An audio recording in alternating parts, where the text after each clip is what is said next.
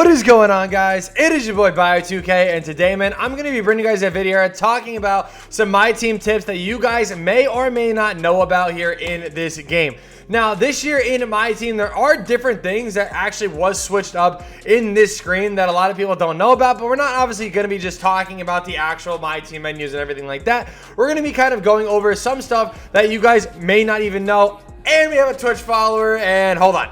I do apologize about that. If you guys don't know, I am actually making my return to Twitch today. When you guys see this video, I'm probably actually going to be live still on Twitch, I want to say. So feel free to pull up. The link is going to be in the description down below. Now, what I'm going to tell you guys is, obviously, when it comes to streaming, too, before I get into this actual video, I'm actually going to be making a video kind of breaking down what I'm going to be doing with the future of streaming and everything like that, involving Twitch, YouTube, and Facebook. I'm not giving up on any of these platforms.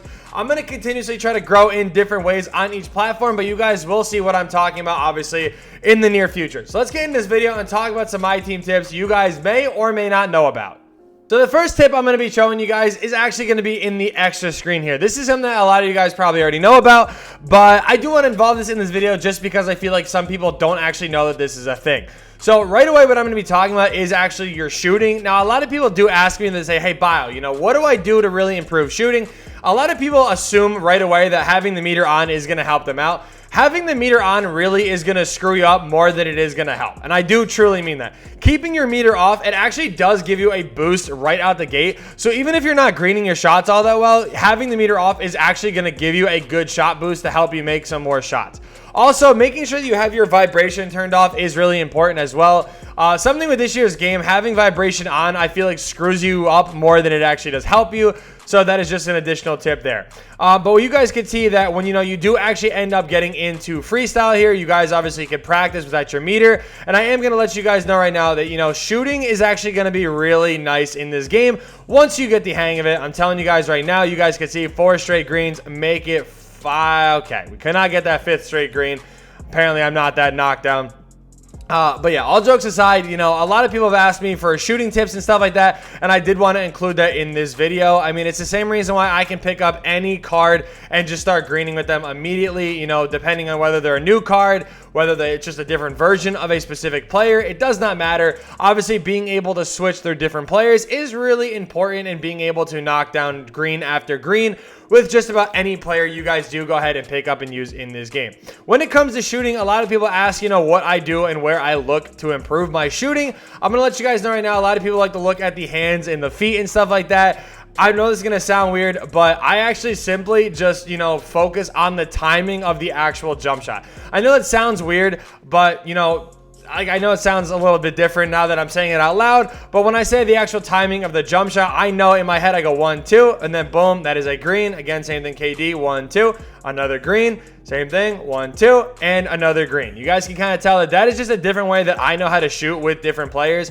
Again, you guys can look at the hands, like for instance, like I like Steph, right? When his hand does flick down, you guys are obviously, that is going to be when you let go of the button. But again, that's not how I do it. You guys can tell when I just do this in my head, and instead of trying to, figure out what's going on with the hands and stuff like that, I just do it in my head, and I have the timing down of when to release, and you guys know that your boy is knocked down with Steph. So just an additional shooting tip, make sure you guys have your meter off, but not only that, make sure you guys are trying to time it in your head, and that is how you guys are going to be able to improve at shooting in this game.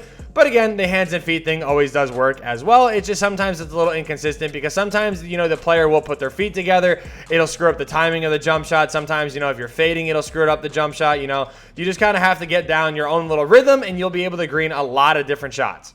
Heading over to current gen now, this is actually going to be another tip that I think people really don't know about. Now, not only are the menus faster here on current gen, but actually the auction house is faster as well. So for people that do enjoy sniping in this game, or maybe you guys are just trying to, just pick up random cards or whatever, and you're finding that, maybe a card pops up and you're like, oh, and then you try to get it and you're moving a little too slow and you don't end up getting the card. It's actually because the current gen auction house is faster than the next gen auction house. I don't know why that is the case, but it actually is. So if you guys are finding yourself trying to snipe for different cards or whatever, the auction house actually does move faster than next gen does. So, which is really good as a nice little tip. Make sure if you guys are doing anything on current gen or anything on the auction house, you guys are going through current gen. That is going to be the best thing you guys want to do. I mean, you guys can see how much faster it really does move like this versus next gen. If I was actually really good at editing, I'd put up a side by side, but I'm not gonna lie, I am terrible at editing, so I'm not even gonna bother attempting that. It'll probably just have some stupid overlay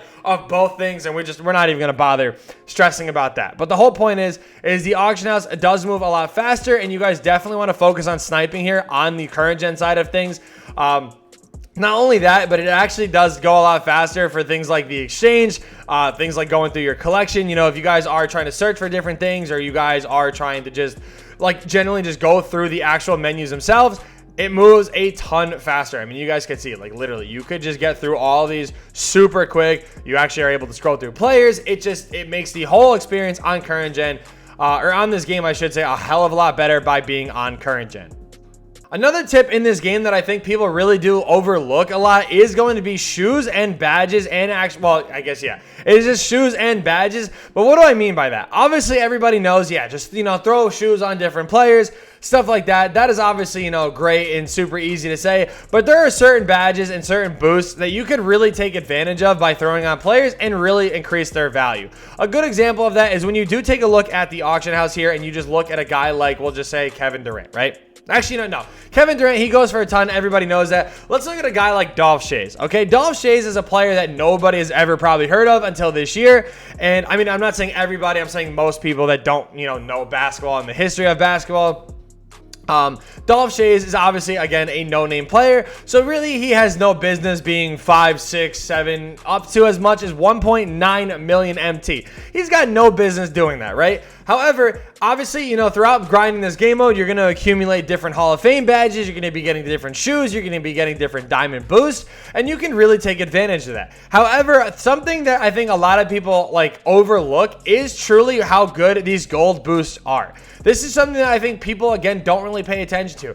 That, you know what, obviously, yes, the diamond boosts are really good, but if you're constructing a diamond shoe, so I'm going to go here, we're going to go to the shoe lab here, we'll just pick a random shoe, I guess, we'll just go with the Jordan one, sure, right? Now, obviously, these are +4 boosts, which is really good. But what people don't get is you could literally use these other boosts as well. So instead of just, you know, wasting things like, you know, post hook, close shot, pass IQ, defensive consistency, stuff that really doesn't help players improve, you could actually make some really good shoes by using these gold boosts. And this could actually help you make a ton more profit.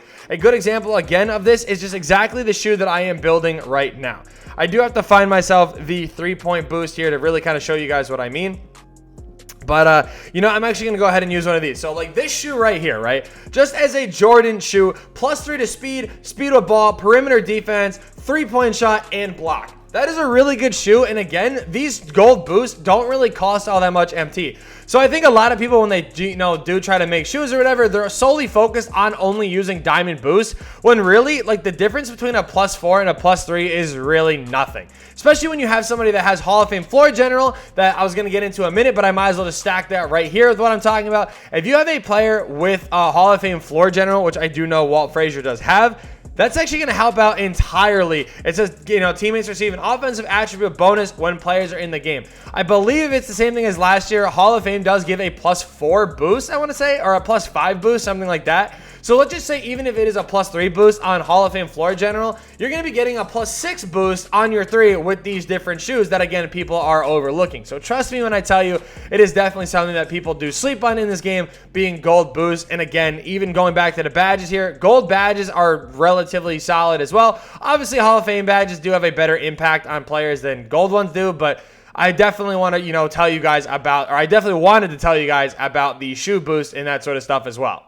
Now, these next few tips here are just going to be kind of like a rapid fire thing of just some stuff that people have overlooked here in this game. First thing what I'm going to say is this is actually a tip that you guys were able to give me, where, you know, if you're going through and you're trying to put a playbook on and you're finding that the playbook isn't actually saving, so what happens is, you know, sometimes you can go to your playbook, you could try to switch it out. Maybe you want to run the Bucks playbook, right? So say you switch it out, you come out of here, boom, right? You're going to look at here and it's going to save, right? But when you go into a game, you're actually still going to have the Magic playbook equipped, right? So a good tip to kind of fix this, if you guys are finding that your playbooks are, you know, bugging out or whatever, all you guys are going to want to do is you're just going to go pick any person on your bench, boom, make sure that thing says, you know, what it did pop up by saying, you know, saying that the changes have saved. throw your player back in, save it again, and you are good to go there. So your playbook will actually save. So that goes with your coach as well. That is an issue that people were having as well. So that's actually a good little fix there. The other tip I want to give you guys that is really good is, I know a lot of you guys hate it. Same way I hate it, is injuries in this game. Injuries are beyond annoying.